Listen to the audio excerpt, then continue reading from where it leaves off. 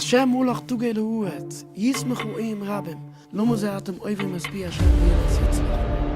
They occupy our name, our identity.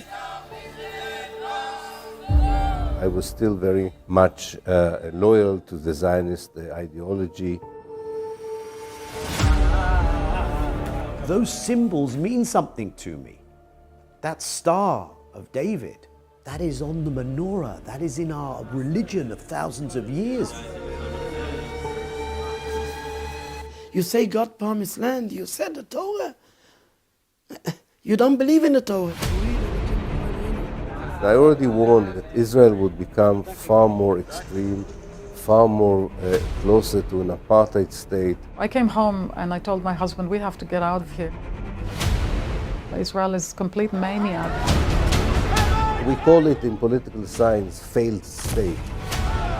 This is really a collapse of a state.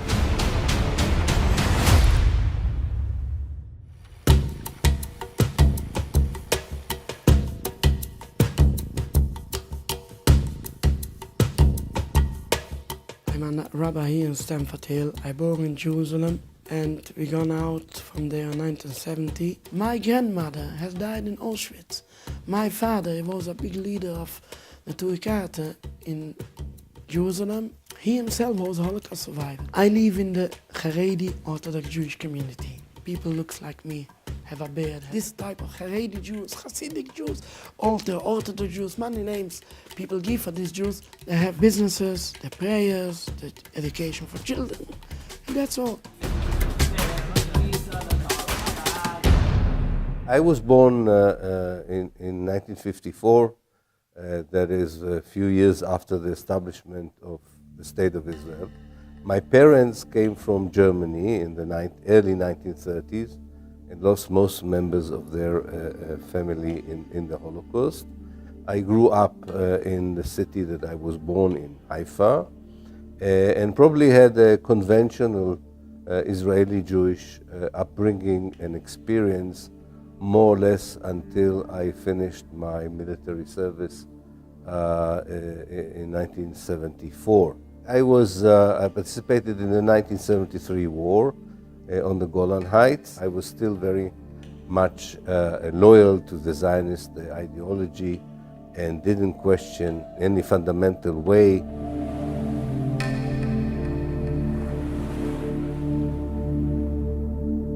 My family were very Zionist, but when you grow up in that, you don't actually know that they're Zionist. They were very loyal to the State of Israel. It took me a very, very long time to begin to wake up to what Zionism is and shape my opinion about it.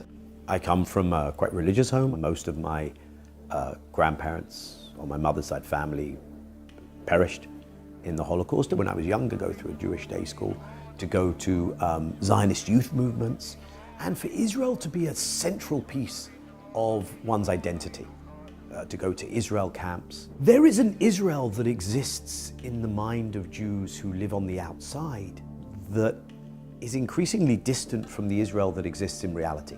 When you go and live there, you're confronted with that reality. And so the act of living there is the act of saying, okay, what is going on here? When my father used to live there, he was demonstrating very much against the state. They didn't serve in the army, and he was beaten very much by the Zionist police. He was in prison. Maybe he was more in prison than at home. I cannot say much more. But what they're doing for the Jewish people is terrible. The true isms of Zionism before I reached the university and started my postgraduate studies in the late 1970s.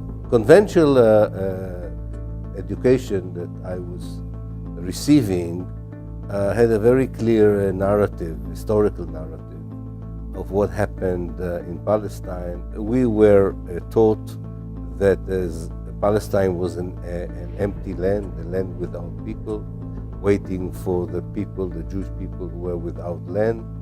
We were persuaded that the Jews were actually returning to an ancient homeland that were taken from them during the Roman times. And a second feature which was very important is that the Arab world around us is hostile because of its its religion, because of its political culture, and because it is anti-Semitic. And therefore, we are doomed to defend ourselves and fight for the survival of the state because they hate us or they are against us because we are Jews. When you graduate from the Israeli education system, you really believe that you live in a democracy that is loyal to universal values of morality and humanity.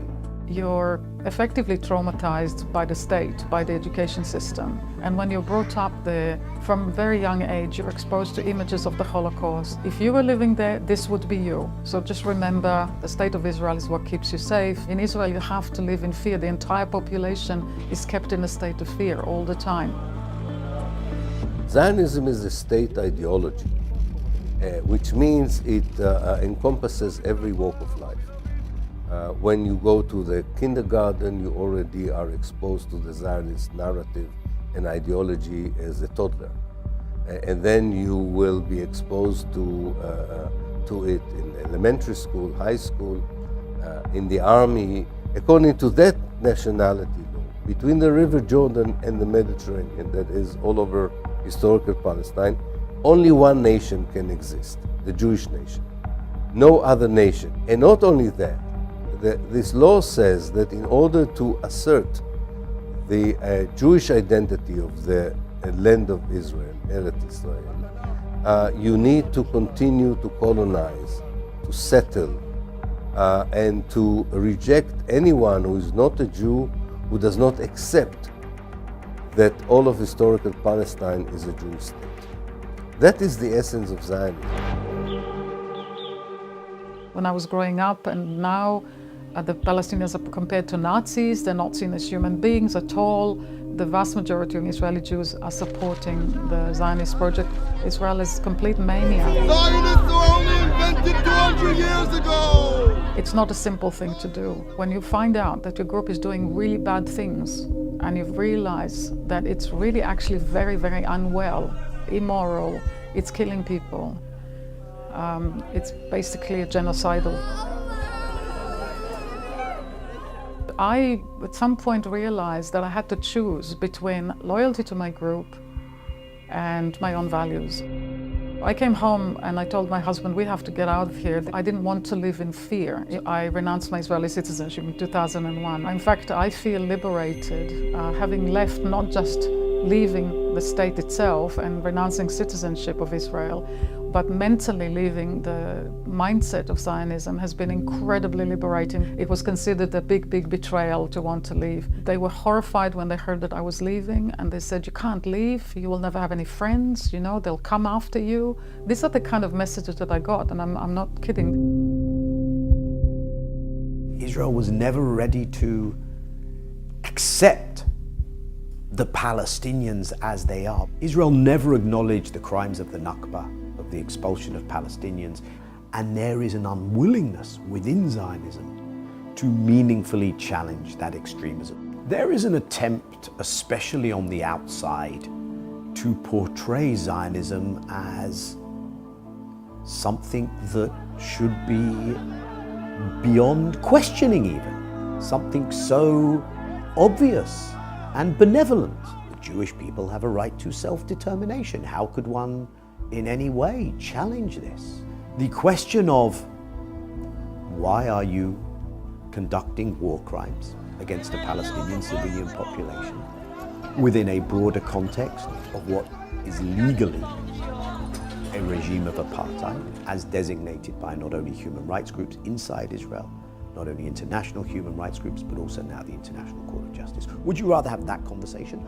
Or why are you singling me out because I'm a Jewish state, you must be anti-Semitic?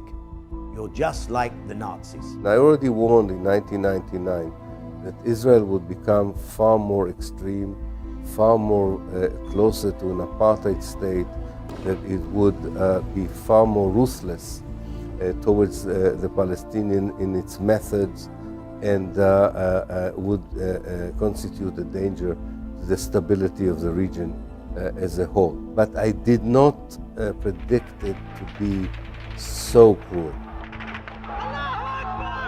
If you live in Israel and you declare yourself openly to be an anti-Zionist, if you are a professor in history in a university and you teach your students that Zionism is colonialism, or that what Israel did in 1948 is ethnic cleansing, you clash directly with the narrative, the historical narrative, and the ideology that your government wants you to teach. They see you as a traitor, they don't accept your criticism, and you get death threats, and you are being ostracized, boycotted, and so on. Like so many of my anti-Zionist Jewish friends, I was labeled too as a self-hating Jew. They occupy our name, our identity, and they're speaking in our name in all these murder acts. What they're doing in my name, in our name. Everybody knows the history, knows that Jews have a golden life in all Muslim countries for centuries. How can people be so blind? Just open their eyes. I'm going many times to demonstrations, and the police stops me before I come in. Where are you going? I'm going there to demonstration. What? They're going to kill you. I thought, don't worry. Just look, I show you a miracle. I go in between hundreds of thousands of Muslims. Nobody will touch me. You don't have to protect me. Just look. I'm coming every time among Muslims. I never see any anti-Semitism at all. Just look, from the Jewish point of view, where is the most dangerous place for a Jew to live today? You go the whole world, you will come to one point, State of Israel. The question of what will happen in this land and whether, not a theory of Zionism that I was brought up with, but the practice of the State of Israel, and the state ideology is called Zionism. And the reality there is a reality that is not enabling of an existence which is going to work, of course not for Palestinians, but also for Jews. And I feel now that this is coming apart. And therefore you see that some of the most vociferous, determined, angry voices in this period have been the voices of Jewish people saying, not in my name. Those symbols mean something to me. That Star of David, that is on the menorah, that is in our religion of thousands of years. The founder of Zionists, his name was Theodor Herzl from Vienna, Austria. He don't believe in God, he don't believe in nothing. The Judaism is completely a religious movement, have nothing to do with any nationality, with any materialistic things. The Zionists often waving the flag of the promised land, the promised land. You say God promised land, you said the Torah. You don't believe in the Torah, you don't believe in God, you don't eat kosher. How can he be such a strong hypocrite to take out of the Torah something what is for his benefit and ignoring all the other parts? It's written in the 10 Commandments, don't kill, don't steal. The Zionists ignoring everything about the Jewish belief. In the Jewish belief, the State of Israel will come to an end 100%. Israel survive as it is in the long run. In a situation where it has to fight all the time, in a situation where its own society is going through a kind of a civil war between the secular Jews and the religious Jews, even with the huge American financial aid, when Israel's international image has been eroded like never before, and when the Jews of the world are not going to support it anymore. We call it in political science failed states, or disintegrating states. And this is really a collapse of a state.